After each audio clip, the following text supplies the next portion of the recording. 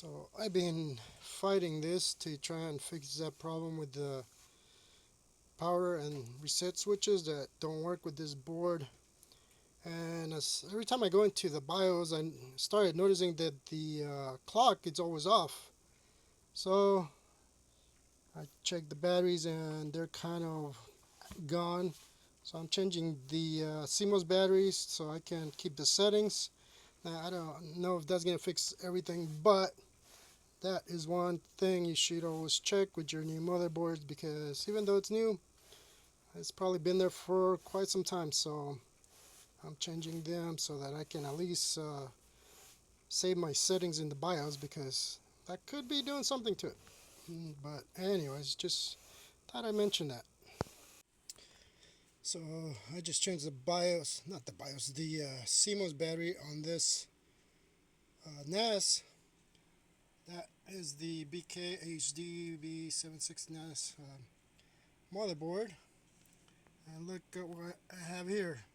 Even though I saved it as a user defaults, which let me see, I can show you right now. Right here, you can save it as user defaults. So I saved that when I changed the battery, but I come back because I'm trying to get the wake up online working, and it's not working for some reason. It wasn't working before either. I mean, I had it working at one time, but now it's just, this thing is just, or this motherboard is just not cooperating. But even though I fixed the date and time, it's back to just a random time. And I have contacted the company several times, different ways, and I'm not hearing back from them. So I wanted to just kind of show you what I've been going through in terms of that, just trying to get that.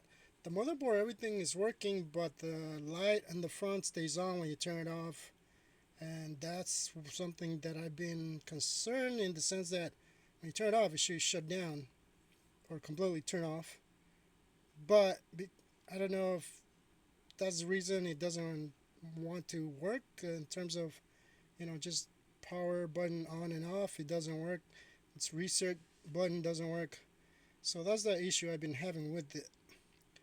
But I thought the problem was also the battery, because it was slow. So I did change it because it was pretty much under 3 volts by now.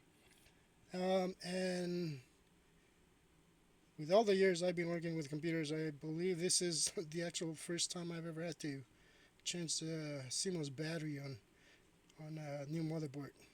I mean, I had it for, I don't know, like a month. But anyways, that's beside the point. The issue I'm having is I've been, contacting them, just trying to see what's going on. But I'm starting to think it's a BIOS issue, maybe. I don't know. But let me show you the rest of the BIOS here. So that's that. And then here are the 4 Intel NICs that it has. But at one point, my 10 gigabit was coming up here. Now it's no longer there.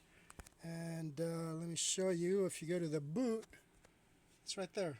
So let me show you this right here. So I can boot it up manually and plug the power and plug it back in. It'll start, and then I can connect to it through this one, because that's where I have it connected. But you can see it is a marble chip. At one point it was working, so it is there. I have it set up as a boot option number 2.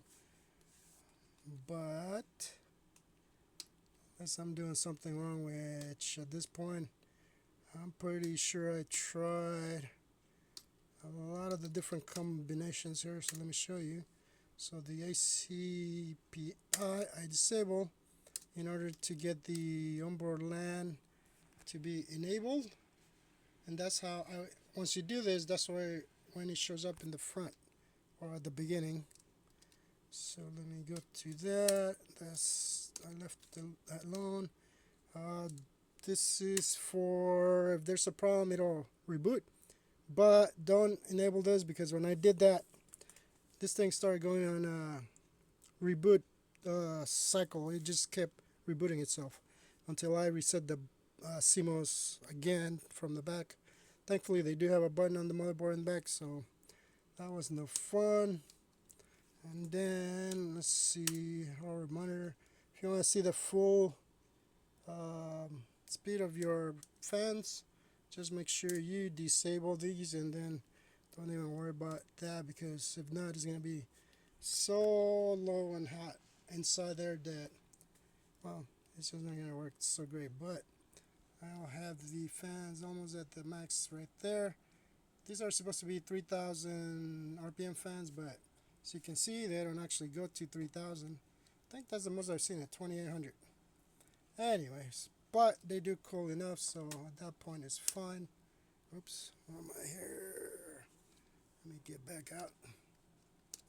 Alright, so, sorry this thing is sideways here, but I'm on the floor. So we got USB network stack, so I left that on, and then power on after loss. So I just leave it. I tried all three actually, and it makes no difference, so just have to mention that. And okay, so that's, I'll leave it where it is. And then I have the NVMe. I have the team NVMe here.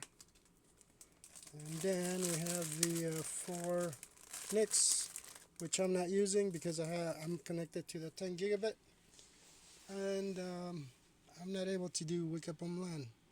So that's the one thing I've been fighting and trying to configure to make it work again. But that happened after there was an update on the NVIDIA Vault, so I'm not sure if that has anything to do with it, which normally on the BIOS it really shouldn't, if I remember right, because I remember seeing it here before, and it is on it. I mean, it is plugged in, as you saw earlier, right here in the boot. It's right there, you can see it. So once I turn it on manually, I can go and log into it. But right now, what bugs me is this. I just put a new battery in there. I did test it. It's 3.3 volts. I turned it on, I logged into it, logged off, turned it off, and came back in, and because I couldn't boot from the other computer, and then I'm looking at this, and this reset itself again. So I'm not even going to bother changing it at this point, because it's kind of a mute point to do it, since it's not going to work. So unless I'm doing something that, I don't know, not only that, but I went through the manual, the whole manual again, just to see if maybe I missed something. But that's when I tried that interesting watchdog configuration, because I thought, well, it's kind of cool. If something happens, it'll reset itself. But nope, it just went on a reboot loop. So I don't know if you have to change the, there's a jumper inside the motherboard. Maybe you have to use it with that. But of course, it doesn't tell you in the motherboard how it's supposed to be used. So this is sort of a guessing game, because they do show you the pictures, but they don't really tell you what order that should be used, which is fine. But the only thing that's driving me nuts is this part that I just can't get the stupid. Oh, here we go. There you go. Those are all the NICs. So we got 1, 2, 3, 4 Intels, and then I have the Marble AQC 113C, as you can see. So they're all there. And it's not showing up on the here, which I know when it showed up here, that's when I was able to boot. But from it, or from Wake Up Online before. But now I have everything set accordingly, and unless I'm missing something else, which I already try almost all the different combos just to mess with it, and nope, I can't get that that power button to turn off. Let me see here. See right there, the bottom one down here. Yep. You know, when you turn it off, it stays on. So it's one of those things. But at this point, I'm guessing it's something to do with the BIOS.